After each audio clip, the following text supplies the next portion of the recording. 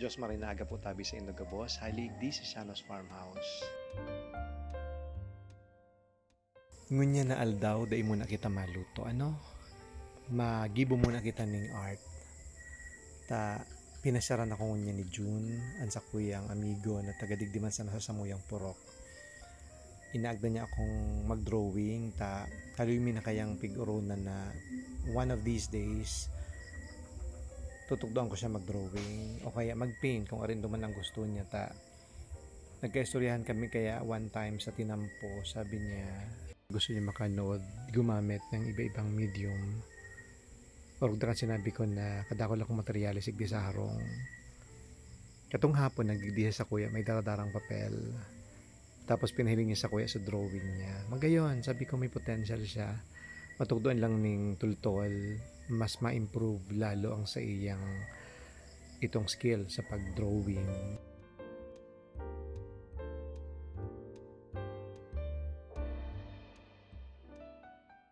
Tapos kan sunod dyan pagbisita sa Kuya Digdi, pigpahiling ko sa iso mga ginagamit ko sa art, arugan watercolor, colored pencil, pastel,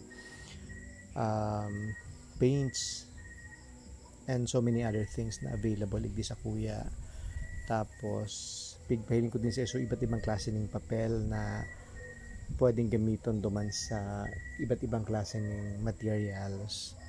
Tanganing mahiling niya itong kaibahan sa ordinary paper sa kaduman sa talagang papel na ginagamit ng mga artists. Ugmahon siya.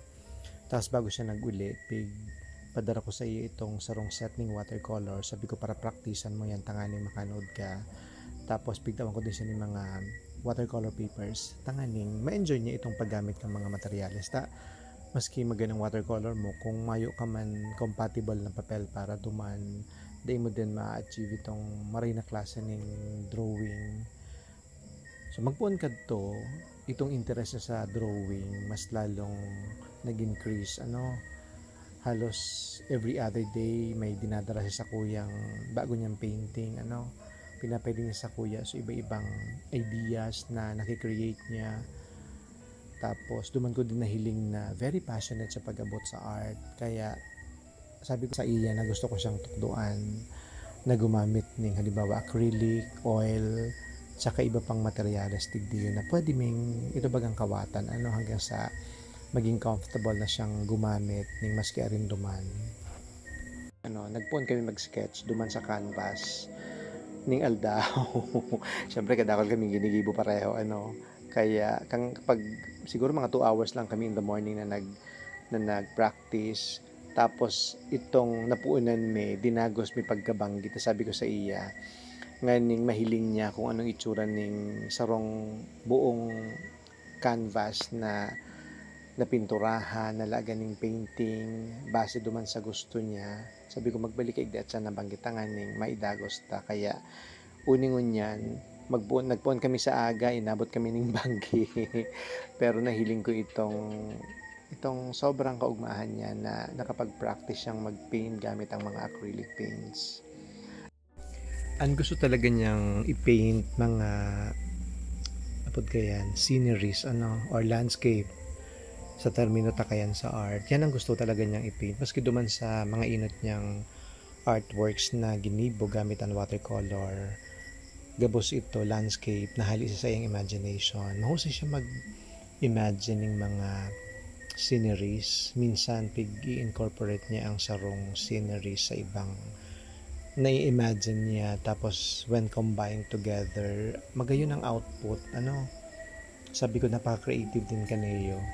Ako naman dahil haloy na akong dahil nakakapag-paint, kadaklan sa kuya mga sketches lang duman sa notebook, dahil ko naiilipat sa canvas. Ang proseso ko kaya bago ako na drawing sa canvas o na paint sa canvas, gusto ko muna mailing on a small scale, kaya bigla igwa ko ning sarong dakulang notebook na yaon duman sa mga sketches kang gusto kong ilag sa canvas.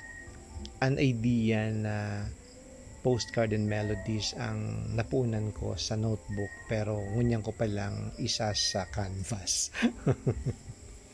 Mahilig kaya ako sa music, sa mga songs. So idea na garo magayon siyang ilaag sa painting, tanganing itong Dahil ko malingawan so mga kanta na para sa kuya ay magayon ipahiling sa tao. Kaya ining painting session mi ni June, kung landscape sa iya sa kuya, iba man ang tema. Madali yun siyang tukduan, madali yun siyang makanood, mabilis yun siya mag-adapt duman sa nare-require na skill pag-abot sa painting. Madali yun yung nagamay ang pagtimpla ng pintura, ang pag-develop ng palette o color na gusto niyang gamiton sa iyang painting. Kaya halos very minimal ang supervision ko sa iya kan nagpo na kaming mag-paint together. Napaka-independent. Pag magpun siyang maghalo ng pintura, dire-diretso na siya. Halos mayo kaming itong masyadong turokduan baga anumang arog kang iba. Siguro nga dahil nataon na siya, kumaga igwa na siya sa buot niya na gustong gibuhon. Pangadua, halangkaw ang interest niya na mag-paint. Kaya siguro ini din so itong hinahalat niyang opportunity na magibo yung mga desires kang sa iyang buot kaya mahiling din nando sa muyang video na itong tutok siya, very focused sa ginigibo minsan nag-break na ako, inaagda ko magkape kami, di ako iniintindi. Dire-diretso. Ako kaya gusto ko itong medyo light lang, baga na pag kumaga relax ka lang. Anyway, nasa harong man kami. Itong sobrang excitement niya na may isa katuparan so sa iyang gusto na makapag-paint. Kaya dire-diretso halos di ko siya maawat o kaya sabayan ako sa pagmerindal. Araw ganingon niya isipon mo na first time niya ining mag-paint ni acrylic. First time niyang mag-paint sa dakulang canvas. Pero nagibo niya so idea na gusto niyang ilaagdigdi sa iyang painting.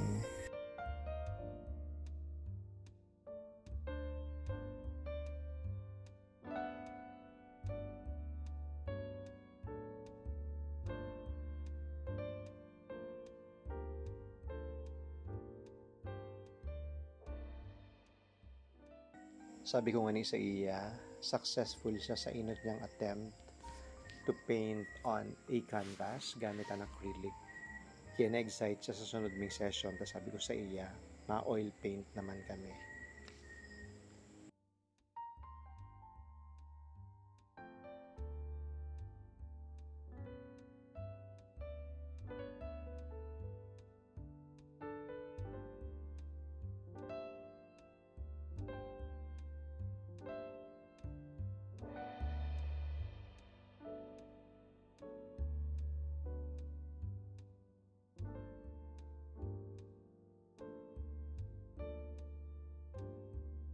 Ang painting ko na ini ay e-notes sa kadakol na serye under Postcard and Melodies. Ang lyrics kaniyo ay halik sa kantang Little Lies kan grupong British-American rock band Fleetwood Mac na suminikat kan 1987. Halik ni sa sindang album na Tango in the Night. Kung di ka mo familiar sa banda na niyo, pwede nindong hilingon sa Spotify o kaya sa YouTube. Tanganing ma-appreciate nindo ang sa indang husay sa musika.